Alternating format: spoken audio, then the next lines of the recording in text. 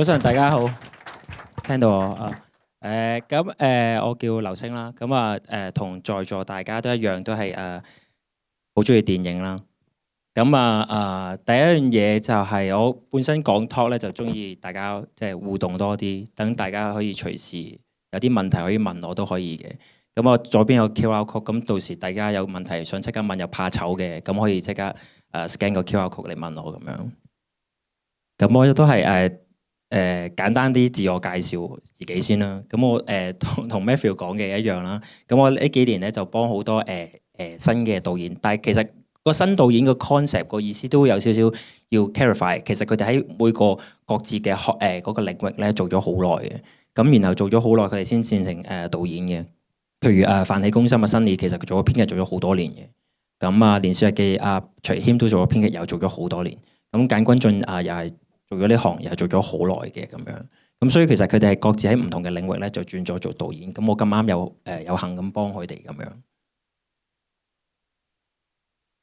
咁咧，我咧就呢幾年就拍過呢啲類型嘅電影啦。唔知大家有冇睇過啦？咁其實我同大家我講翻自己先啦。我自己其實就喺演藝學院畢業嘅，香港演藝學院畢業。咁都係讀電影，跟住就畢完業之後就大家即係唔係好知道做乜嘢，咁就入咗個 industry 咁樣。咁就開始做 camera crew 開始嘅。咁 camera crew 開始之後咧，就因為學校讀書嘅時候咧都會做攝影噶嘛，即係幫啲朋友拍短片噶嘛。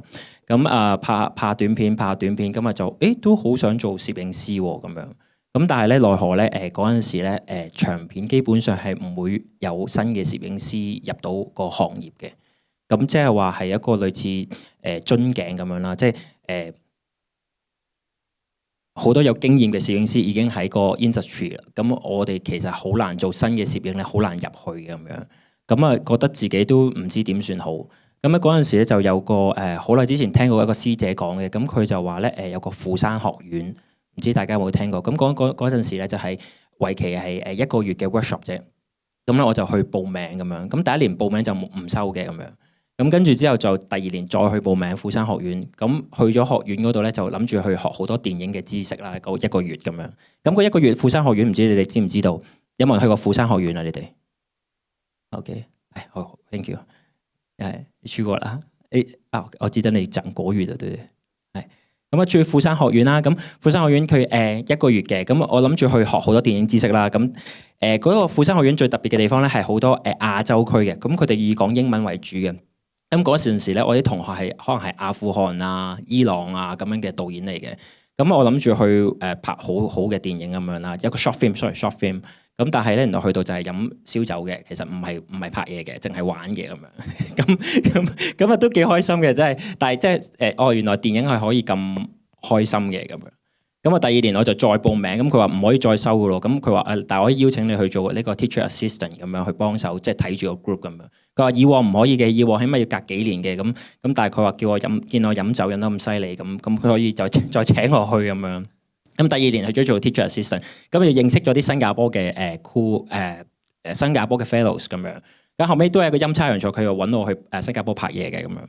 咁跟住讀完2年之後，就都翻到嚟香港，都未有一個正式嘅攝影師工作做嘅。咁覺得都出去玩幾開心喎。咁再揾下亞洲區有冇啲乜嘢嘅活動啦。咁然後就揾到金馬學院喎。有冇去過金馬學院啊？hello， 金馬學院又係1個月嘅喎，又係去玩嘅喎，咁又去拍嘢喎。咁但係其實 intense 啲嘅個金馬學院咧，就因為佢哋全部講華語嘅，咁所以咧佢哋咧嚟自可能係有中國啊，我嗰陣時有中國啦，有啲係去咗美國留學㗎啦，跟住新加坡啊、馬來西亞嘅攝影啊、導演啊都過去玩嘅。咁即係為期1個月，咁又拍啲 short film 咁樣嘅，20分鐘咁樣。咁嗰陣時就有幸就係因為侯孝賢嗰年係拍完《聶隱娘》嘅，咁佢哋等緊金馬，可能嗰個金馬影展嗰個獎項嘅頒發咁樣，咁所以佢哋留咗喺台灣。咁Liu Sang 同埋侯孝賢都喺度，咁佢哋又好好喎，佢哋進入我哋嘅 group 度睇我哋個 cut 喎咁樣，咁即係喺佢哋身上又會學到啲嘢咁樣。咁於是者就翻咗嚟，咁咧跟住咧就嗰陣時我有個tutor。即係每個班有大概十零人啦，咁有個 tutor 睇住我哋嘅，好似而家你哋啲 mentor 咁樣睇住我哋。咁啊，佢叫做鄭有傑。咁嗰陣時咧，佢就同好畢業嘅嗰陣時頒緊啲畢業證書。佢話：哇，劉星，如果你有機會嚟台灣拍嘢，你嚟唔嚟玩啊？我話嚟啊嚟啊嚟啊！咁我當佢講笑，因為佢係我 tutor，我係學生，我覺得佢唔會揾我，我覺得佢講笑咁樣。咁跟住到嗰年嘅年尾，佢就問我：咦？我台灣真係有個6集嘅劇喎，咁樣迷你劇嚟嘅喎，你得唔得閒過嚟啊？咁樣，咁我梗係去啦。咁樣，咁我去咗就開始我嘅正式我嘅攝影師嘅開始嘅生涯咯。咁樣，咁嗰時都係個迷你劇嚟嘅，唔係特別啲好大嘅製作嚟，即係入小品咁樣。咁但係因為佢嘅介紹咧，佢有個朋友，佢係黃小弟老師嘅朋友嚟嘅。咁跟住阿鄭有傑又係佢哋好熟嘅，咁佢就介紹我俾阿廖仕涵。廖仕涵就一個台灣嘅導演啦，咁跟住佢就拍咗我第一部嘅《總邪》，即係一個鬼片嚟嘅嗰時。但係咧，我講真咧，其實鬼片我從來都冇睇過嘅咁樣。咁咧係我老婆成日睇嘅，咁我又唔睇鬼片嘅，咁我點算咧？咁我咪話即係將所有嘅鬼片拎晒出嚟，再 study 下佢哋嘅 theory 咁樣。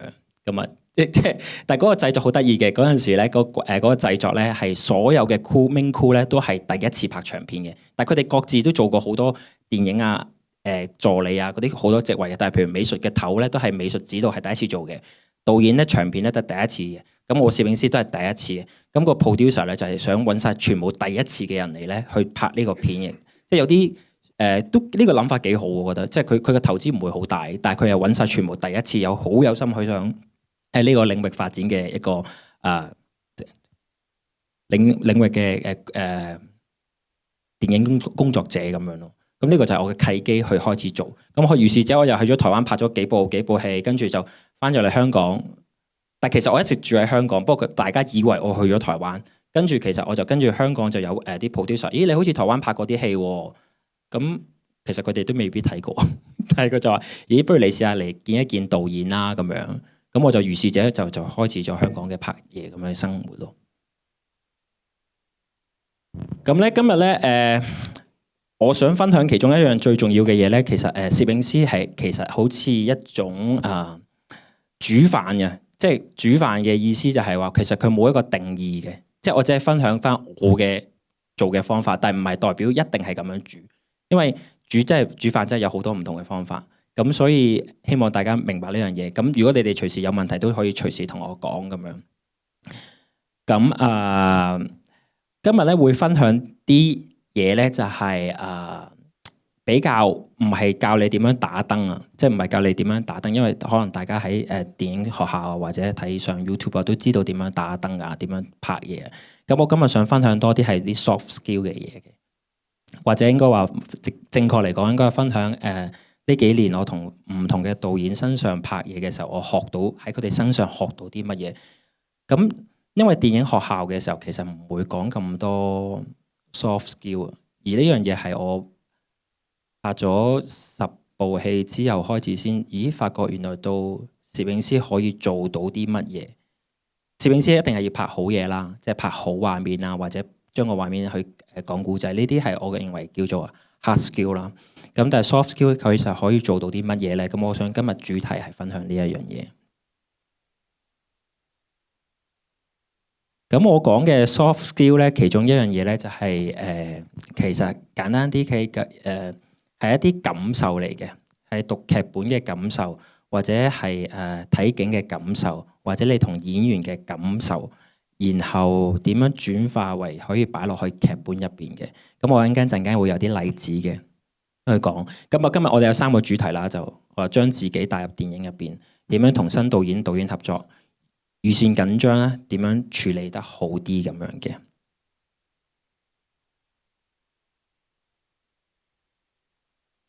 咦，我想前排嘅燈可以暗啲噶，嗰個喺佢哋整緊嘅時候，我哋都睇一睇。呢個係《窄路微塵》，請問有冇人睇過《窄路微塵》 ？Thank you。《窄路微塵》咧係一個疫情嘅古仔嚟嘅，一個女仔住喺劏房，for information 咧，劏房即係啲好細嘅一間屋。咁我哋香港好多人住喺嗰度嘅咁樣，咁就冇正式屋嘅住。咁可能廁所佢哋要出面去一個公共廁所嚟嘅。咁呢個地方係土瓜灣嘅，咁導演係林森。咁佢呢個我想拎出嚟今日分享嘅地方咧，係因為佢我哋將個地方擺咗落去個故仔入邊。可以話係將個地方成為一個角色，當然唔係每一部戲可以做到呢件事，但係寫劇本嘅時候，我哋佢哋寫劇本嘅時候，有將過呢個地方會擺落去嘅，但係擺幾多擺幾少，其實冇人討論過嘅。咁for information，即係林森係一個之前係一個紀錄片嘅導演嚟嘅，多數都係佢係我演藝學院嘅同學仔。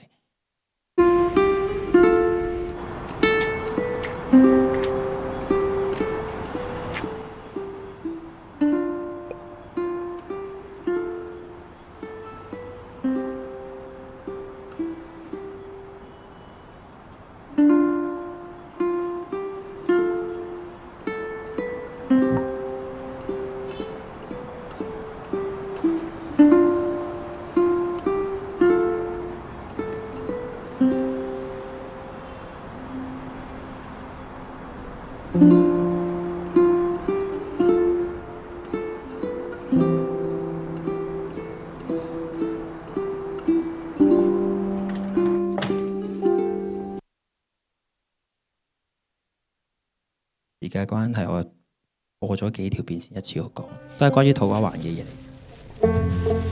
呢個係劏房入邊嘅地方嚟嘅。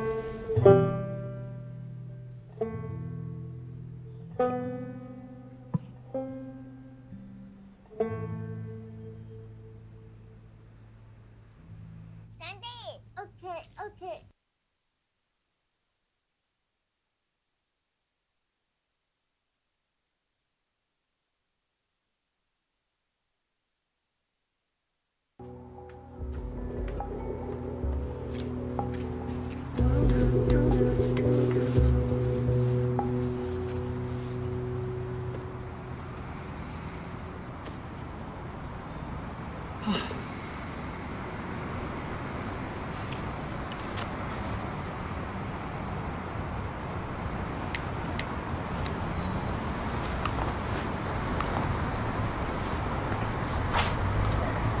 哇！起幾多樓啊？如果全部清潔都揾我做，我就發達咯。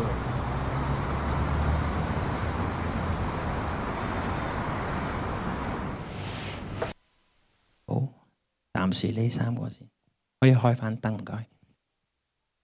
咁咧土瓜灣咧，大概大家喺個畫面上感受到個範圍啦。咁嗰陣時咧，呢個天台咧，其實咧就完全唔係喺計劃之內嘅。即係劇本上係冇寫過話天台上會發生一啲戲，係冇講過嘅。咁我哋睇景嘅時候就睇到，首先你見到個小朋友喺個走廊嗰度嗰個劏房，咁喺下面嚟嘅，喺土瓜灣一個13街嘅地方。咁跟住咧，我哋攝影師都係好百厭噶嘛，咁所以一去完嗰個劏房睇完之後，咁我就會走上天台睇下個天台可以有啲乜嘢。呢個係我習慣嚟嘅。咁去個天台咧，咁個製片唔係製片，個場景經理唔可以上去喎。唔可以上去喎，嗰個有人租咗，唔可以上去。我話不如上去睇下先啦，睇咗先冇嘢嘅，唔得咧。咁啊唔緊要，我自己去睇咗先啦。咁我上咗去睇咗，哇！我覺得好靚嘅，在於係，可以見到好遠啊！即係你有時香港啲樓係睇唔到咁遠。咁啊，我覺得可以拍啲嘢喎。咁跟住就個場景經理一聽完之後，個味係走咗嘅，好貴㗎呢度。咁我話幾多錢啫？咁我問佢又答唔到喎，因為典型佢哋一定係答你唔得先噶嘛，唔會答你得噶嘛，冇人會答你話得喎咁樣。我唔得，唔緊要咯。我話，但我話好靚喎，如果拍到就係好啦咁樣。咁如是者睇完景就算啦。咁睇完景之後咧，我就喺個 period 啦，我就係咁同導演講，哇好靚喎，跟住同我監製阿 Man， 喂好靚喎咁樣。MM2 嘅呢個 producing，好靚喎，咁不如諗啲嘢喎。咁後尾咧就可以拍嘅，但係唔可以攞燈，唔可以攞嘢上去，只要攞輕便嘅器材上去。咁我嗰時用Alexa 嘅LF Mini 嚟嘅，咁我好拎好少嘢咯。咁講咩啊咁樣？主要諗啲對白嚟講，一定有用過喎咁樣。咁啊，阿聰同 Angela 就自己 jam 咗，首先喺藍藍地嗰個，我哋 jam 咗啲嘢出嚟，同阿導演一齊 jam 咗啲嘢出嚟。咁呢個劇本係冇寫嘅。我點解拎呢個出嚟？我覺得有時攝影師係可以睇完劇本去諗啲地方，然後擺落個角色度。陣間會再講嘅，呢個係我嘅主旨咁樣。攝影師唔係淨係拍劇本嘅嘢，攝影師係拍劇本以外嘅嘢。呢個係我如果有機會嘅電影，我係會做呢件事。咁有啲冇嘅，譬如有啲商業片，譬如發起公心係基本上冇乜可能嘅，因為佢得17日拍攝啫咁樣。咁你基本上就係拍晒啲對白已經好叻仔噶啦咁樣。或者啲商業片佢個 schedule 好低，根本冇可能嘅。咁呢樣嘢未必做到，或者個電影作品唔一定係可以擺個地方落去嘅。所以呢樣嘢係我想講，即係唔同嘅煮飯嘅方法，大家要明白。咁所以呢個天台係我好中意啦。咁你知攝影師有冇在座係攝影師㗎？或者咁你知攝影師最中意啲藍藍地嘅光㗎嘛？即係好似唔使打燈啊，藍藍地啊，有啲街燈啲橙色有啲 contrast 咁樣。咁所以我哋就喺嗰個，我哋拍阿聰首先嗰度係拍到3個 shot 啫。我記得係用咗半個鐘就拍完㗎啦。上咗上去拍完，咁啊走咁樣。但係我覺得我對好深刻嘅嘢，原來可以做好少嘅嘢就可以幫個劇情加厚咗少少。我唔知有冇用，我拍嘅時候唔知嘅。Angela 嗰度咧，佢食煙嗰度，即係首先嗰個同一個天台，不過反向啫。嗰個天台咧，其實都係冇劇情嘅，即係我哋就係拎個天台上去，我就話咁揾下 Angela 上去啦。咁做咩啊？好唔開心咯。咁好唔開心點樣？咩？點解唔開心？佢中間個劇情上有啲唔開心噶嘛？咁可能嗰個位可以攝落去，將佢個 emotion extend。Let's say 佢可能佢拗完交，咁然後佢好唔開心，咁但係個劇本上冇一個留白俾佢。其實同阿琴日關老師講嗰樣嘢好，我想呼應翻佢。關老師琴日話劇本咪要留白嘅，又講呢樣嘢。其實我好贊成嘅呢樣嘢。個留白就係可以將呢個就可以攝影師個留白就可以幫佢填咗呢樣嘢。如果編劇有個留白嘅空間，我哋攝影師觀察到嘅時候，我哋可以將個留白拉闊咗去。就可能係靠呢3個 shot， 當然啦，個音樂好幫到啦，好幫到手。OK， 呢個係其中一個我想分享嘅 point， 仲有少少嘅麻煩，都係同一部戲嚟嘅。講啲我意料之外嘅嘢嘅，都係麻煩熄燈唔該。呢個可能有啲長，我睇下有冇中間咯。呢個土瓜灣劏房，佢哋去清潔嘅。阿聰係一個清潔嘅公司嘅老闆 ，Angela 係幫佢。呢度我跳少少，我驚好長。Angela，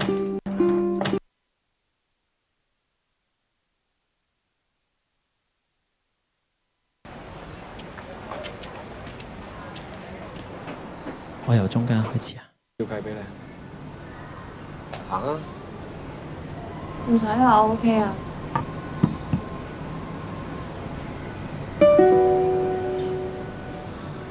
做嘢啫，冇諗咁多 ，OK？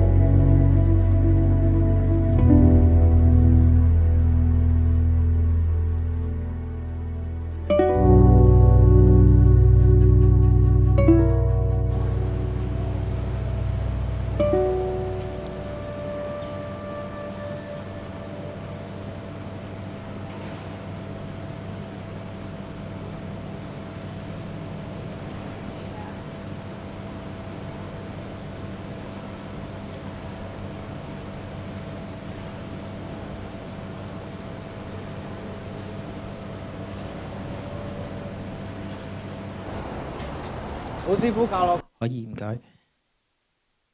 我想分享呢個嘢咧，其中一樣嘢就係、本身我哋拍呢一個景嘅時候咧，咁呢個深水埗嘅劏房嚟嘅，即係真係有人住嘅地方嚟嘅。咁咧佢喺隔離呢度咧有個阿伯伯咧，呢度有個伯伯呢度，而呢個伯伯咧，呢個伯伯咧。呢個伯伯咧，其實佢我哋拍嘅時候，佢長期都係坐喺入邊嘅，佢完全冇理過我哋，叫佢走佢都唔會走，即係總之我唔理你都唔好理我咁樣嘅狀態。咁我見到佢同個劇情好呼應喎，即係有個老人家喺入邊住咗冇人理，跟住死咗嗰啲屍血啊出咗嚟咁樣，跟住佢哋去咗做清潔。咦，我覺得好似緊扣到咁我冇同人講過嘅，即係我冇同阿導演講，我冇同阿製片講，冇話咁我會拍佢，我冇講過呢件事。我就喺門口，即係我喺門口。你幻想 ，sorry， 抱歉。門口望住呢個左邊呢個就係嗰個首先個伯伯。咁我見住，我即係見住佢我唔可以用個形容詞，即係，但係我覺得好想拍佢啦。咁我就想拍佢，但我諗唔到點樣拍佢。如果拍個吉鏡好容易啦，咁我就靠阿聰嘅帶動咁樣噴下，我就 pan 咗過去。但係呢樣嘢咧，我冇同人講過，我就係自己個 body 就試咗一次個位就算啦。咁跟住助手睇咗，即係阿 Leo 佢好同我拍咗好多好戲，佢好知道我會想諗啲乜嘢嘅一個助手嚟嘅，佢係一個攝影師㗎。咁佢啱啱拍不射之罪嘅，咁跟住我就知道我咁樣拍嘅，佢已經 ready 個 focus 可以鋪過去嘅咁樣。咁我到 roll 機啦，咁 roll 咁我就 pan 咗過去啦。咁因為我知道有機會俾人 stop 嘛。如果去咗大 screen，有人會 stop，喂，你唔好影佢啦，你咁樣可能會有啲咁樣嘅 feedback 嘅。但係我又好想影佢，我又好任性咁樣，咁所以我就唔好理啦，就拍咗一個 take 就拍咗 pan 咗過去啦。咁樣我已經 make sure 咗阿聰噴咗3次。如果佢要剪嘅時候咧，佢可以剪頭嗰2次，即係噴2次，唔會剪到個老人家。咁如果到第3次嘅時候，咁我咪可以 pan，即係可以俾個 option 嗰個 editor 可以做呢件事咁樣。咁我覺得呢樣嘢係一種實感嚟嘅。實感可以擺落個戲入邊嘅，但係我拍嘅時候我唔知道可唔可以用嘅，劇本上冇寫嘅嘢嚟嘅。咦，我可以拍到劇本以外嘅嘢，咦，我覺得幾好玩喎咁樣。咁跟住咧，首先阿 Angela 嗰度咧，咪唞氣嗰個位咧，呢個 shot 咧發生咩事咧？就係所有本身呢個空間咧，其實係所有導演啊、監製啊、演員啊休息空間嚟嘅，所有人就擠晒入去入邊嘅，啲大 mon 擺晒入邊嘅，收音師喺晒入邊咁樣嘅，好細嘅空間嚟嘅。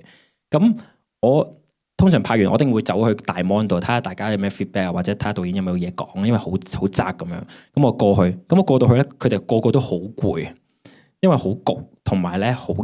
嗰時係夏天嗰啲時間嚟拍嘅，好嗰陣味係啦，就有啲噏味，可能大家都好辛苦咁樣拍咗佢。咁我一見到咦，大家好攰呢個狀態，好似可以擺俾演員喎。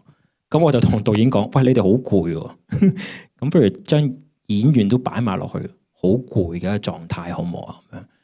咁因為林森拍咗呢度應該拍咗中間啦，咁大家知道嗰個彈性空間好大，咁啊好啊拍啊咁樣，佢又好任性，好啊拍啊咁樣，咁拍幾耐啊？跟住製片即刻問：喂，拍幾耐㗎你？話5分鐘啦，5分鐘拍完㗎啦咁樣。不過你哋要幫我早啲清咗啲嘢，咁我咪擺佢2個演員就咁樣拍。我記得應該拍咗2個 take 啫。我大概做咗個 movement，演員知道我做緊啲乜嘢，跟住佢哋就自己做一個合作咁樣。我哋叫合作，我叫合作啦。即係如果即係要好好講嘅，即係佢行過去，佢知道我 pan 過去，跟住阿聰 feel 到我鏡頭差唔多嚟到，佢望一望佢，噴煙望佢。跟住，然後 Angela 就喐一喐個頭，跟住 pull focus 俾佢，即係一個合作嚟嘅。跟住阿助手阿黃石阿 Leo 問我：喂，係咪遲咗啊？我話唔緊要啊，幾有 feel 啊，幾有 feel 係咪遲？我話如果你個頭擰咁啊，即刻到好似有啲奇怪喎，遲咗反而好事咁樣。即係我覺得有時不完美都係一個完美嚟嘅，即係咁。我覺得咁我用咗，但係我拍嘅時候我又唔知點樣用嘅，即係拍嘅時候唔知嘅。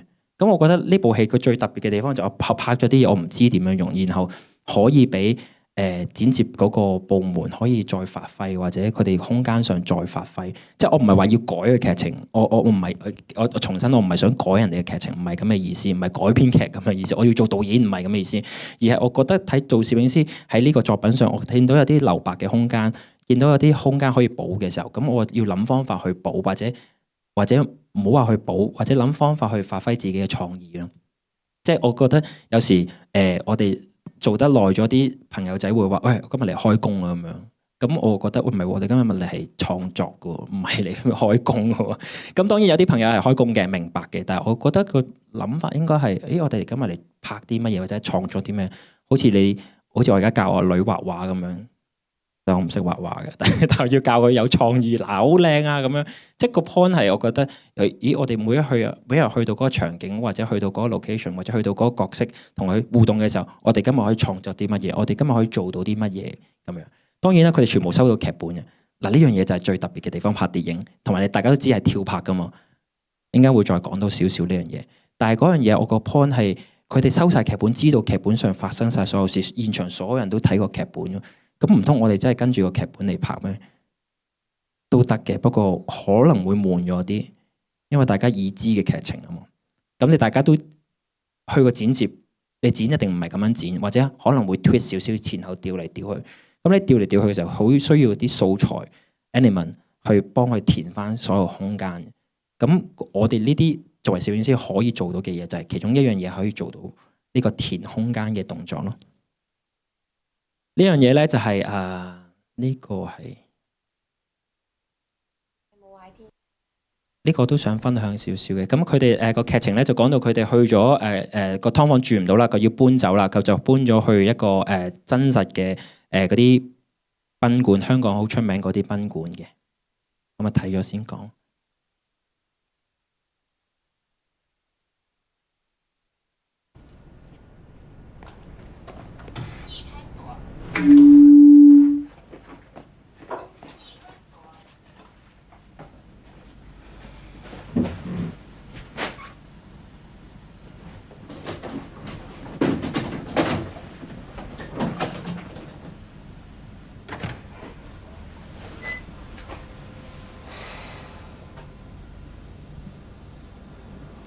呢度係細咗啲，不過住先嘅咋。都幾好啊，有隻窗，個冷氣冇壞添。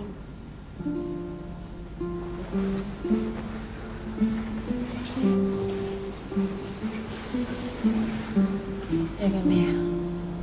見到對面有啲植物，咁遠你都見到，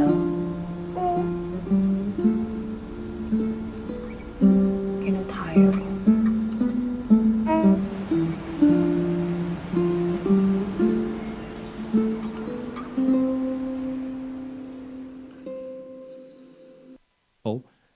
呢度咧，其中一樣嘢想講嘅咧，我同阿林森咧，因為講傾嘅時候，呢部戲咧係好想用一個中景去拍攝，去完咗部戲去嘅，唔想用啲 close up 去拍嘅。即係呢樣嘢，我首先唔記得同大家講。咁呢部戲嘅特別嘅地方就全部中景拍嘅。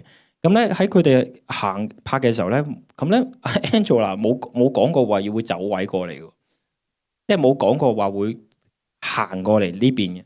咁我哋就諗住 keep 住佢喺嗰邊就算，唔使過嚟咁樣。過嚟嘅時候可能分 shot 咁樣啦。咁我個 shot 突然之間佢過嚟，變咗係我差唔多成部戲嘅唯一一個 close up 咯。佢望一過嚟，跟好彩有minimum focus 跟到，即係呢個靠助手嘅真係。佢一定行過嚟，我跟冇人講過個排位冇講過，佢突然之間過嚟。咁第一下就好突然啦，即係喂過咗嚟咁樣，我要中景拍過，唔要 close up 拍過咁樣。但係諗下，咦呢個 shot 佢又俾咗個意料我，佢隻眼望咗上去，啱啱我有個光喺上面，佢係食到個 eye light，好似有啲希望咁樣。即係呢樣嘢我又冇估到嘅嘢嚟，即係我話唔要噶嘛，唔要 close up 咁嗰個 shot 突然之間俾我諗法，其實有時又好似要拍啲意料之外嘅嘢，唔係計劃嘅 shot 入邊嘅嘢。而好似佢某程度上又帶到個 message 喺個電影入邊咯。呢度咧可能需要大家睇一睇個劇本，都係同一部戲嚟嘅，差唔多呢度就係睇74場呢度。呢度74係喎英文，唔好意思。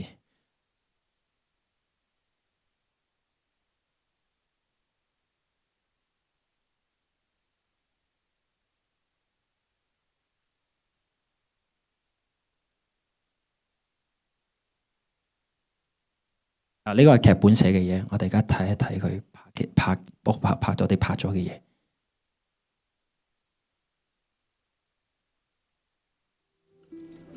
唔該。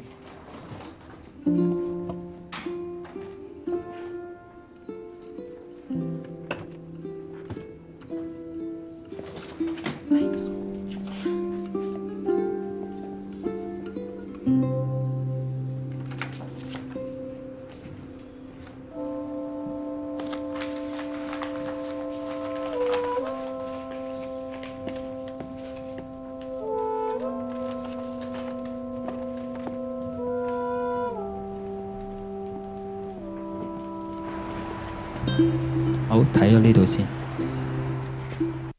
個劇本咧就冇，我想提出一個劇本咧係冇寫過小豬，即係佢個囡囡啦，細豬冇講過佢會對住佢阿媽笑。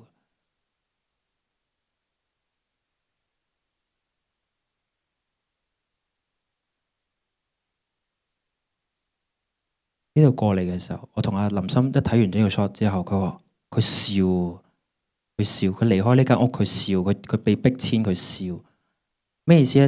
咁我覺得有個 contrast， 作為佢阿媽，佢女同佢笑，即係佢阿媽冇辦法去俾個租金，跟住要搬，又要再搬啦，跟住但係佢個女冇一個好 upset 嘅心情。我睇劇本以為大家都好 upset 去拍嘅，即係我哋要搬走啦，靜雞雞 sneak out 咁樣走嘅。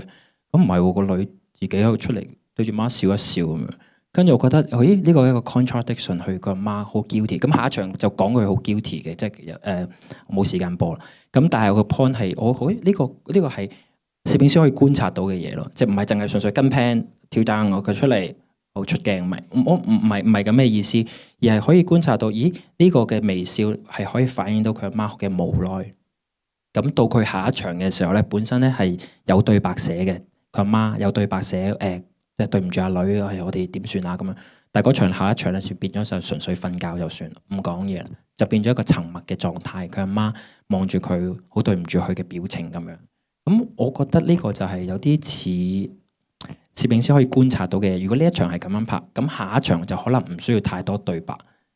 OK， 即係呢個係一個觀察嚟嘅。咁當然呢個唔係一定啦，只不過係一個討論，可以觀察到，可以 suggest 到導演可以點樣去執行嗰件事。好，到呢度大家有冇想嘢問題啊？如果怕醜嘅可以 QR code 去問一問啊。好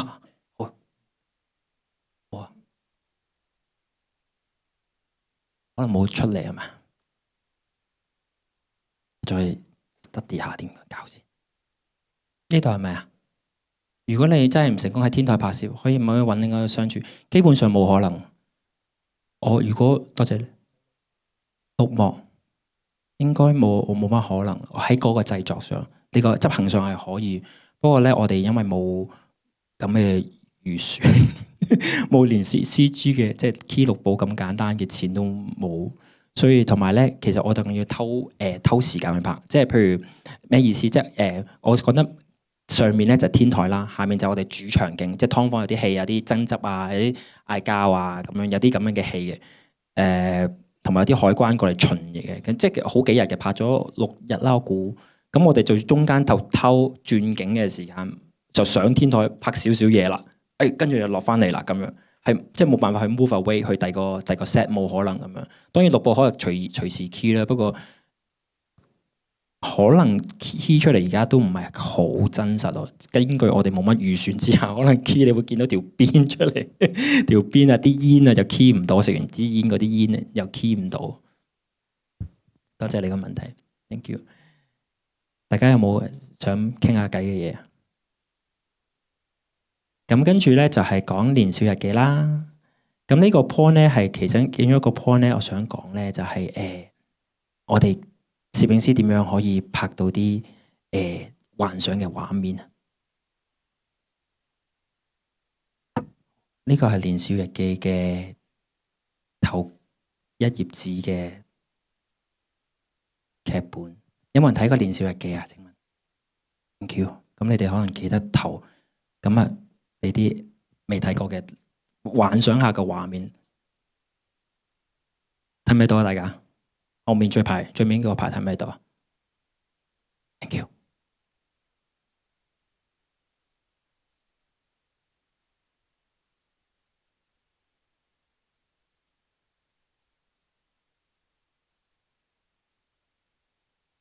咁我覺得攝影師如果睇劇本嘅時候咧，第一件事就係要，尤其是開場同埋尾場咧，一定要諗一啲比較特別啲嘅畫面，去俾觀眾去留下一個比較希望可以留下一啲深刻嘅印象。所以我每一次睇到第一頁紙咧，都係覺得好頭痛嘅，因為唔知道點樣可以拍到啲令人好記得嘅畫面，或者自己覺得好令人記得嘅畫面。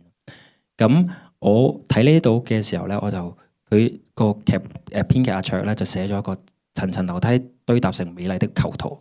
咁我都唔知點拍咁，但係唯一我對我呢個就係我想 recall 嘅呢個其中一個今日嘅重點啦，就係我記得我細個嘅時候成日將佢啲樓梯咧，成日將去到最高咧掉啲嘢落去下面啊，即係中間掉啲嘢落去下面，睇下跌幾耐咁樣。唔知大家有冇試過呢樣嘢？咁我覺得，咦？咁我就同阿場景經理講，我就話喂，希望可以揾到個透嘅，唔好密嘅，總之越透就越好嘅一個畫面。咁然後佢伸個頭出嚟，可能就係最好嘅畫面。咁當然啦，第一次梗係又係冇揾唔到咁樣。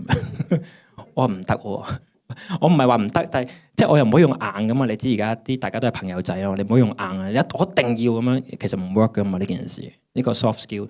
咁我唔係喎，呢個開場好重要嘅喎，你都唔想開場係一個密籠嘅畫面啩？我最好有啲光可以俾我，即係有啲光入到嚟，有啲窗咁樣。咁我再揾下啦，咁樣。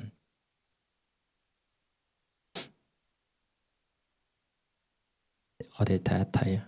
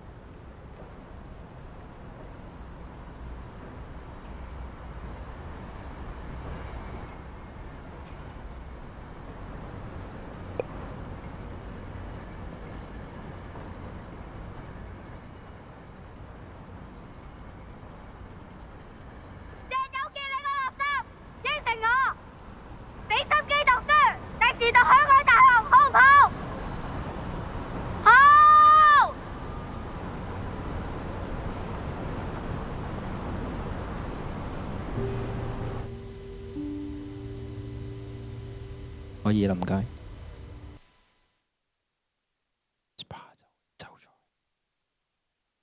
咁呢個就係其中一樣嘢就係，咦咁我想講佢冇寫咁多嘢嘅，即係佢跑上天台。如果我作為攝影師，可能睇到一個 line 一條，咁係咪拍一個 shot 就得啦？咁樣咁應該唔係嘅。咁我覺得呢個就係攝影師要理解嗰個 opening 究竟要大概要啲乜嘢嘅 shot，要啲乜嘢嘅畫面，要啲乜嘢嘅，唔好話要啲咩話，應該要啲咩感受俾觀眾嘅時候，感受到知道佢要拉長嘅，知道呢一個樓梯係好重要嘅。咁嗰時啱啱有個Ronin 嘅 4D 啱啱出嗰時就即係我哋又冇錢去租 gimbal，因為電小嘅機我哋拍咗17組都係個 crew size 好少嘅。我 camera crew 咧係基本上攝影師啦，加一個助手，加2個機器組，即係 total in camera department 係得3個人，唔計我嘅話。咁燈光組都係得3個人，即係 total 就係得6個人去拍完一部戲。當然啦，佢嘅限制就係唔係佢限制就係即係今日會提到嘅，即係個限制係可以變成啲乜嘢嘅嘢。但係我想而家呢個少少講就係嗰個製作好少人，可能我哋成 team 唔計演員可能每日都係17個人咁樣，15、16個人，有啲似即係 indie 嘅 short film 去拍嘅。咁但係當然我哋攞咗個 Komodo，即係好細嘅機，即係未去到 HS， 特別 HS 大少少嘅機咁樣去拍嘅。咁點解要咁樣做？因為我知道根本就冇咁多人手。所以我一定要攞啲好細嘅機去完成。如果攞好重嘅機，佢哋運輸又好辛苦啊，咁應該會再講少少呢樣嘢。但係重點係，我哋作為攝影師，我覺得需要諗一啲畫面係令到人哋記得嘅。即係譬如個天台一開頭唔好見到出面個環境嘅係低啲嘅，咁我攞個 Jeep 上去啦，好簡單啲器材啦 Jeep 咁樣搖上嚟，咁樣先見到個成個後面嘅環境咁樣。咁啊前面又淋啲水咁樣，有啲硬係有啲詩意咁樣。即係呢啲都係我哋可以幻想嘅嘢，然後同唔同嘅部門去溝通嘅。而呢樣嘢係讀書嘅時候我未必學到嘅嘢咯。而呢樣嘢我覺得出咗嚟做嘢嘅時候就會多咗呢個經驗嘅時候，就可以話俾大家我想要啲乜嘢，我想做啲乜嘢。當然呢個 skills 就唔係咁硬嘅，一定要係 soft 啲嘅。以前就可以硬啲，而家新攝影唔可以咁硬，會俾人話嘅。因為呢個咧係我想講其中一樣嘢咧，就係我細個嘅時候玩嘅嘢。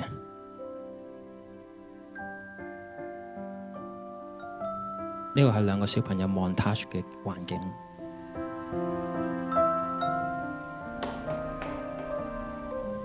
佢哋又上咗呢個天台。其中一個 point 我想講嘅咧，就係呢個其實好簡單，其實就係玩船嘅呢度。呢度玩船嘅呢個 shot。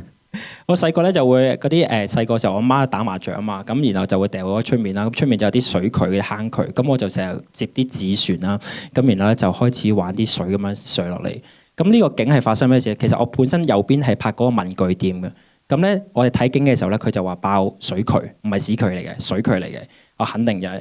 咁水渠嚟嘅，咁我話喂，呢個水渠好靚喎，可以玩啲咩咁樣？咁啊製片又係啤一啤我啦，咁樣又係唔理我啦，冇人理我。佢話我哋嚟拍嘅時候咧，個水渠整翻好噶啦，唔會有水噶啦。咁真係好可惜啦，咁樣咁好啦，咁算。點解到拍緊嘅時候咧，個水渠係未整翻好嘅，爆水渠。咁我就好快咁樣喺將入邊本身主景嘅文具店咧就拍咗佢嘅，拍好快，特登好快拍完佢燈去好簡單。然後我就話同個小朋友，即係同阿導演講啦，同阿卓講，喂，不如我哋出面拍啲嘢啦，拍啲咩啊？咁其實我已經知道，我睇景嘅時候，我想接啲紙船。咁我即刻同美術，喂，可唔可以幫我即刻揾啲紙接啲紙啊？咁樣等佢哋玩啊！我小朋友咁樣玩係最開心咁樣。咁兩個小朋友又唔介意，因為佢知道係水渠，咁所以佢哋咪喺度玩咯咁樣。咁我咪可以拍少少 montage 嘅 shot 咯。咁我呢個就係劇本冇寫，冇劇本話兩個小朋友喺爆水渠嗰度玩紙船。冇咁樣嘅，咁呢個就係個留白嚟嘅。你知道兩個小朋友需要有啲，即係我睇完劇本，雖然大家冇乜辦法可以睇晒劇本，但係個劇本本身係需要兩個小朋友共處嘅時間嘅，係開心嘅。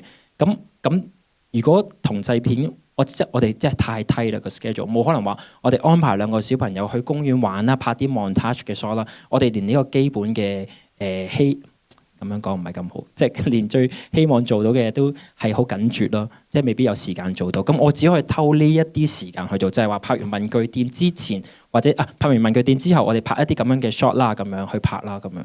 咁我覺得係幾得意嘅，唔係慘嘅，幾得意嘅。但係我覺得又可以成就到成個電影去一個豐富嘅一個 layer 咯。咁呢個攝影師又可以做到 suggest 嘅嘢，而呢個都係讀書嘅時候未必學識嘅嘢咯。呢個係人物有個想像嘅空間嘅延伸咯。上一個窄路微塵係一個環境嘅延伸，呢個都係攝影師做到嘅嘢嚟。好，唔好意思，請講，請隨時。可以啊，即係隨時咧，我咁樣互動好好啊，大家。我就第一次聽即係電影攝影師嘅角度去分享啦。咁多謝。咁最主要我今日聽到咧，就係攝影師可以做好多嘢。咁而我以前咧，我一路諗咧，呢啲係應該係導演做，即係導演。我唔知係有印象就係導演叫你依度咧就拍依度，就向嗰度跟住佢走出嚟咁。咁其實以你個經驗咧，攝影師同個導演係咪真係咁可以提議咁多嘢俾個導演都可以接納？咁拍一啲比較 budget 冇咁大，同埋拍一啲好大 budget 嘅。咁嗰個導演咁喺呢個場，佢有咩 say 有咩 contribution 咧？我個意思即係話，個導演有冇指示你去拍一啲任何嘅嘢啊？我想問一問呢樣。Thank you。嗰個我都諗咗好耐嘅，呢個係其實原來個界線係模糊咗嘅，即係你講嘅嗰樣嘢，我覺得係比較以前或者因為以前個規模大啲啊，即係好大啊，即係可能大家每一個崗位都有一個人負責咁樣。但係而家咧，我頭先同你講得10-20個人以內嘅人咧，以前可能講緊100個 crew 啊，100個人啊，200個人都開工，而家係得20個人開工，即係同琴日關老師講嘅嘢，即係年產200部，而家得2部咁樣。跟住嗰個 point，我覺得有少少同你而家講嘅嘢，即係冇辦法，大家要行多步咯。大家要行多步，我唔係話導演冇諗過呢樣嘢，導演一定有諗過，佢好 welcome 每一個創作者咧。我認為咧就係其實好中意聽人哋 input 嘅，即係我譬如第一個劇本你睇，你好想俾啲 feedback 我俾啲作品你睇，我畫咗幅畫，我好想你俾啲 feedback 我。其實每一個創作者都係，譬如我拍完嘢，我都想聽人哋，喂，你拍得好唔好？拍得好差咁樣，OK，我會改進，我會改善咁樣。但係我個意思係，我覺得呢個創作係其實係一個群體咯，即係我唔係話所有人都可以講嘢，即係可能琴日同編劇老師講嘅一樣嘢，即係唔係，即係有啲嘢越權就梗係唔好講啦咁樣。有啲導演好大嘅，你唔好講啦，梗係。但係就嚟天黑啦，你仲講拍多啲呢啲montage 嘅嘢，佢唔會理你啦。即係我覺得要揀時間咯，同埋我覺得另一樣嘢咧就係你攝影師，因為其中個重點咧就係你已經收到個劇本，你知道劇本係爭啲乜嘢，或者多咗啲乜嘢。咁你可以喺拍攝嘅時候去修改呢樣嘢，而唔係完全跟住個劇本去拍咯。當然有啲戲係會跟住個劇本去拍嘅，咁但係有啲劇本又可以唔使跟住個劇本去拍嘅。導演如果佢收貨就剪咗落去咯，唔收貨就剪走咗佢。但係嘅 input 好多嘅，我必須強調佢同個小朋友嘅互動好多嘅，即係佢唔會話我交俾你攝影師你搞啦，唔會嘅。其實冇咁樣嘅，即係我拍完跟住佢又會即刻不如阿桑你咁樣做啦，咁樣做啦，咁樣做，即係會有好多阿星你補多個咁樣個角度啦，即係會有嘅。呢個好 organic 嘅，冇去到咁一板一眼咁樣咯，好互動嘅，非常互動嘅，小朋友都好互動啊。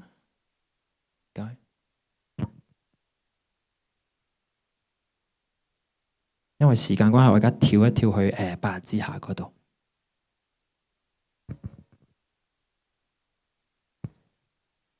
頭先咧講到咧攝影師咧就係要根據個劇本去幻想啲畫面。咁我而家俾大家有冇睇過白日之下？好，幾個朋友好就咁樣好啦。咁咧就係睇尾場，我而家俾尾場個劇本俾大家嚟睇。呢個係本身個尾場嘅劇本嚟嘅。唔好意思，呢個都係中文。呢度咧，白日之下就係我邊睇邊個啦。白日之下就係一班一個記者阿 Jennifer 演嘅，咁佢就去發掘一啲新聞，咁佢發現咗一啲安老院，就係啲老人家喺入邊住嘅，但係咧就受到啲不公平或者叫做少少輕虐待嘅一個故仔嚟嘅，咁佢就發掘咗呢個真相。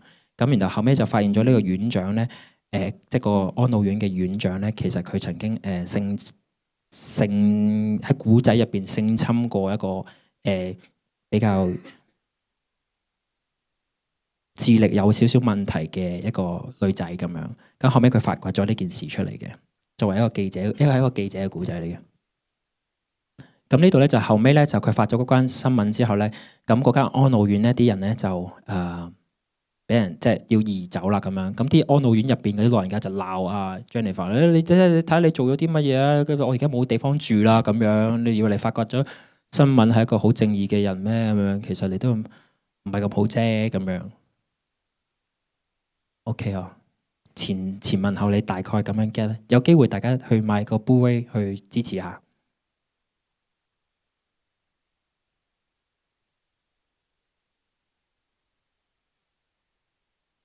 哦，呢個係嗰個片，我播長少少，等大家可以進入嗰個狀態。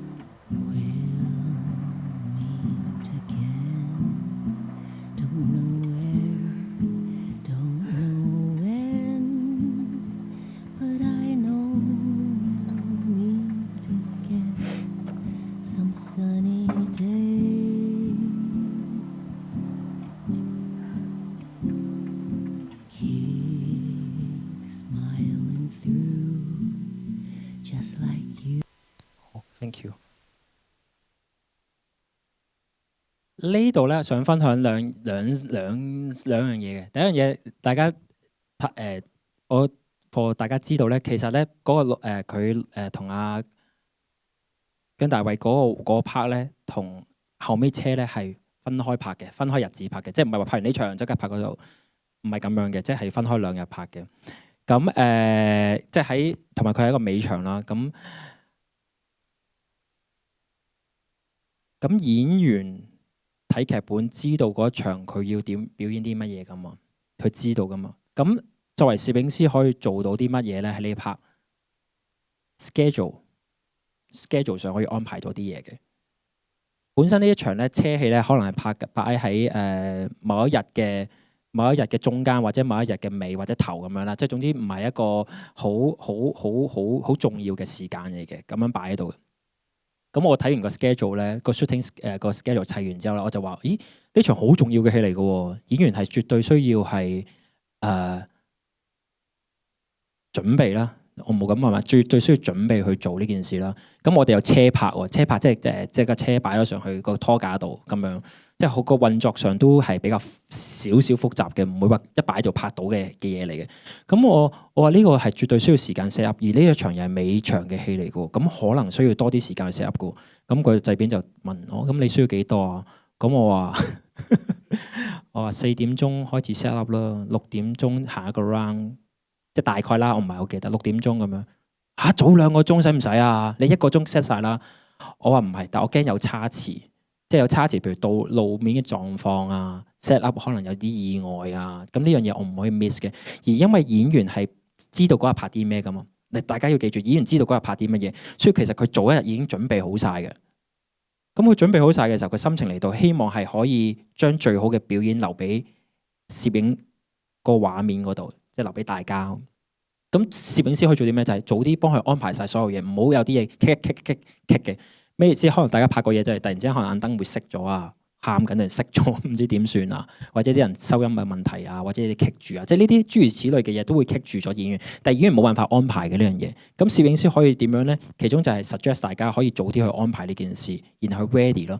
咁我好記得嘅 Jennifer 嗰日咧嚟到現場咧，佢基本上 make up 完，即係佢 make up 好快好少嘅素人咁樣嚟，佢基本上就好似 Matthew 咁企咗嗰度，就唔同大家溝通，唔講嘢嘅。咁你一睇知道呢個演員已經準備好晒啦，已經準備好晒。咁你攝影師就知道佢好 ready，咁梗係現場大家都好安靜嘅，即係大家同啲 crew 講，喂，嗰日唔好咁嘈先。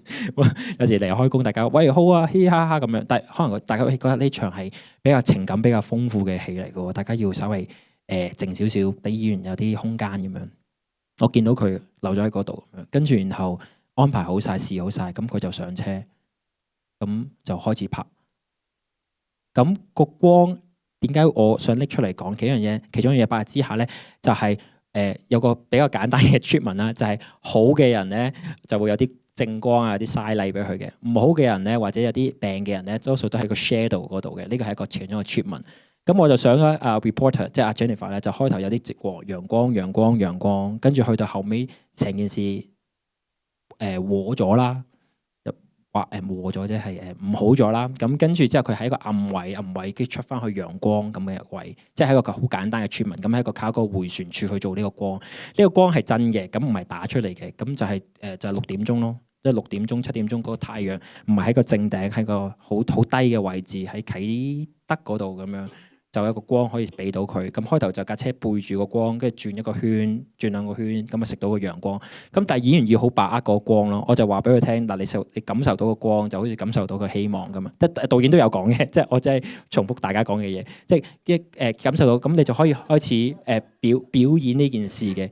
咁我覺得呢個表演係我而家陣間拎出嚟分享係因為原來攝影師可以做到呢樣嘢，唔係就係咁安排咗佢睇咗6點鐘或者7點鐘，可能大家大會安排咗6點鐘、7點鐘就拍，但係6點7點可能得唔到你嘅光嘅，因為香港嘅地方咧8點以後光已經好高㗎，已經基本上你已經係入唔到個車籠入邊，可能就入到個卡士個坐個位，咁你變咗要好早。咁呢個其中一個觀察嚟嘅。咁演員嗰樣嘢咧，陣間會再講到落去咧，就係呢度要少少分享嘅，就係咧有啲演員咧會好相信個攝影師嘅。咁其中有一部戲啦，咁咧個演員咧好記得咧，佢同我講咧，佢話劉生啊，我可以做多啲嘅，我可以做多啲俾你咁樣。咁我同導演有晒共識嘅，就唔使做咁多嘅，即係可以少啲嘅，可以少啲嘅。但係佢話俾你聽，我可以做多啲，即係其實佢有啲裸露嘅動作啦咁樣。咁佢話我哋唔需要嘅其實，但係佢嗰下可能入咗個角色入邊，佢話我覺得我可以做多啲俾你。但係佢同我講喎，佢同攝影機前面，因為呢個攝影呢個都係讀書嘅時候冇教到話俾我聽嘅。原來攝影師同演員係好近嘅，可能因為我哋每一次拍開工咧都係即係好近好近拍佢，導演就好似 Matthew 咁遠少少咁樣。咁原來佢同我之間或者同個攝影機之間建立咗一啲信任啦，而佢會好相信呢個攝影師或者好相信呢個攝影機可以幫到佢咁樣。咁然後我呢個建立互動嘅關係嘅時候，我發覺原來要好小心。當然拍得佢好靚啊，邊邊面拍得靚啊，呢啲我諗大家都會做到嘅嘢。但係如果喺劇情片入邊，其實佢會相信你可以俾你更加多咯。咁呢樣嘢就要好好小心去處理。幾時可以拍得佢好啲？幾時可以令佢明白攝影可以幫到呢個講故仔嘅嘢？咁呢樣嘢係我拍咗一陣嘅時候，我就開始發現咗，原來攝影師係有呢個功能，係要同演員有啲互動咯。呢樣嘢係一種信任嚟嘅，我覺得簡單啲講，佢係一種信任。如果佢信任你嘅時候，佢會最表現得最更加好嘅一面俾你睇咯。好意思，我哋時間差唔多啦。好啊，好啊，好啊。係啦，咁不如好快睇下大家有冇咩問題想問？我後邊等啊。Hello 老師你好啊。